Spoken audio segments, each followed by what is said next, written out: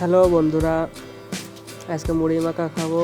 এজন্য যে মা পেঁয়াজ কুচি কাটলো, এরপর পেঁয়াজ কুচির ভিতর একটু লবণ দিলাম, সামান্য পরিমাণ লবণ। তারপর এর ভিতর একটু তেল, খাঁটি সরিষার তেল।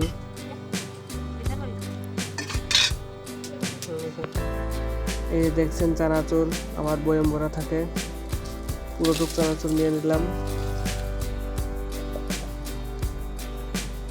এরপর দোকান থেকে পেঁয়াজি কিনে আনছি, এটা সেই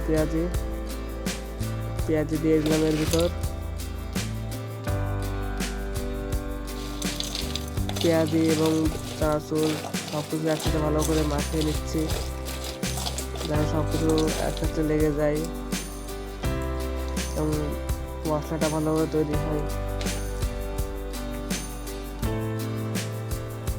এরপরে আমাদের মুড়ির ড্রাম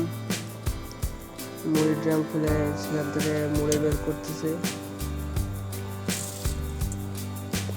পরিমাণ মতন মুড়ি দিয়ে নেব, বেশি মুড়ি দেবো না, কারণ মশলা থেকে মুড়ি বেশি হয়ে গেলে ভালো লাগবে না খেতে।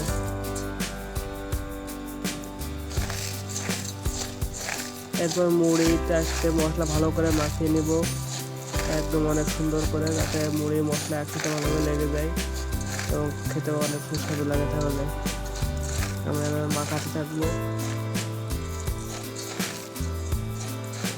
এরপর যখন দেখবো যে পুরোপুরি মেখে গেছে মুড়ির সাথে মশলা, তখন শেষ আমাদের।